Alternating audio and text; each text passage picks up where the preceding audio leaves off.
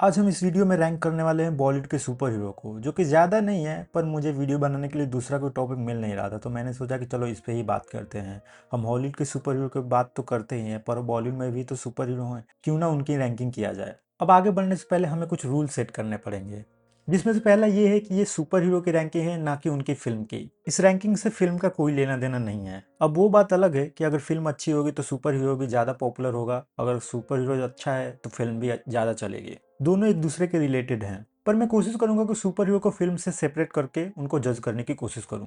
अब दूसरा रूल ये है कि हम किस बेसिस पे सुपर हीरो को रैंक करने वाले हैं। तो उस कंफ्यूजन को दूर करने के लिए मैं बताना चाहूंगा कि ये पावर की रैंकिंग नहीं है। ऐसा नहीं है कि जो ज़्यादा ताकतवर है वो टॉप पे होगा, जो कम ताकतवर है वो सबसे नीचे होगा। इसके साथ ही ये रैंकिंग पॉपुलैरिटी की भी नहीं है कि जो ज़्यादा पॉपुलर है वो टॉप पे रहेगा, जो कम पॉपुलर है वो सबसे नीचे रहेगा। ऐसा भी नहीं है यहाँ पे। अब तुम सब सोच रहे हो कि फिर आखिर किस बेसिस पे हम लोग रैंक करने वाले हैं। तो देखो, मुझे भी उतना कुछ आइडिया नहीं है, ये मेरी पर्सनल रैंकिंग है। जो मुझे लगता है कि टॉप पे होना डिजर्व करता है, मैंने उसको टॉप पे रखा है। और जो मुझे लगता है कि टॉप पे होना डिजर्व नहीं करता, उसको नीचे रहना चाहिए, तो उसको मैंने नीचे रखा है। अब आगे बढ़े तो ये कोई रूल नहीं है, पर ये वीडियो बनाने के लिए मैंने 2000 के बाद के ही सुपर हीरो को कंसिडर किया है। तो क्लासिक सुपर हीरो जैसे कि मिस्टर इंडिया हो गए, वो इस लिस्ट में नहीं रहेंगे। उसके साथ ही बॉलीवुड के कई ऐसे कैरेक्टर है जिसे तुम बोल सकते हो कि वो सुपर हीरो है, पर वो सुपर हीरो हैं या नहीं है ये मूवी में भी बताया नहीं गया है, तो मैंने उनको लिस्ट से निकाल दिया है। जैसे कि हो गए मिस्टर एक्स और किक।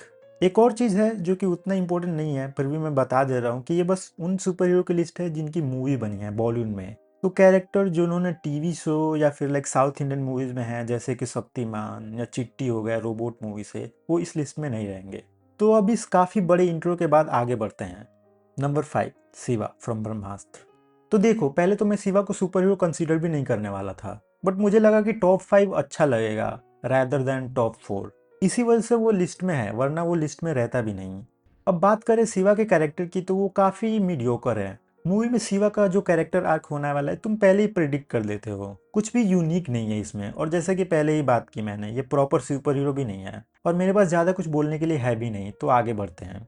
नंबर 4, अ फ्लाइंग जट। शिवा के बारे में मैंने जो भी बोला वो फ्लाइंग जेट के कैरेक्टर पे भी लागू होता है, सिवाय इसके कि ये एक्चुअली में एक सुपर हीरो फील होता है, जबकि शिवा के साथ नहीं था। अब हाँ, फ्लाइंग जेट सुपरमैन का कॉपीड वर्जन ही है, और इसमें भी कुछ यूनिक नहीं है। वो टिपिकल सुपर हीरो की जो पावर्स होती हैं वैसा ही इसमें भी है। फ्लाइंग जेट हवा में उड़ सकता है, वो बहुत ही ताकतवर है, बस यही।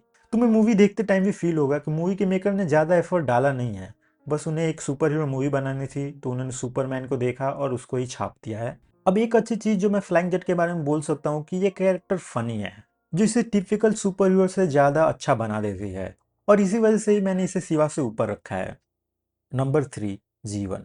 तो देखो, मुझे बहुत टाइम हो गया है रावण मूवी को देखे हुए, तो मुझे उतना कुछ याद नहीं, पर जितना मुझे याद है उसके बारे में मैं बताने की कोशिश करूंगा। अभी तक हमने जितने भी कैरेक्टर की बात की वो बिल्कुल भी यूनिक नहीं थे, या तो वो हॉलीवुड की कॉपी थे, ना ही उनकी यूनिक सुपर पावर थी, ना ही कैरेक्टर उतने अच्छे से लिखा गया था। बट ये केस जीवन के साथ नहीं है। जीवन का कैरेक्टर यूनिक फील होता है, तो मुझे लगता है कि हाँ, थोड़ा तो एफर्ट डाला है, ना कि किसी दूसरे सुपर हीरो को देखकर उसको छाप दिया है यहाँ पे। इसकी ओरिजिन स्टोरी भी यूनिक है। पर एक प्रॉब्लम जो जीवन के साथ है वो है रावण मूवी। रावण मूवी इतनी अच्छी नहीं थी, उसकी वजह से जीवन का कैरेक्टर डेवलपमेंट भी उतना अच्छे से नहीं हो पाता है, और ये one of the biggest reason है कि जीवन उतना पॉपुलर क्यों नहीं है मेन स्ट्रीम में। Number 2, Chris. नाउ नंबर 2 पे है क्रिस।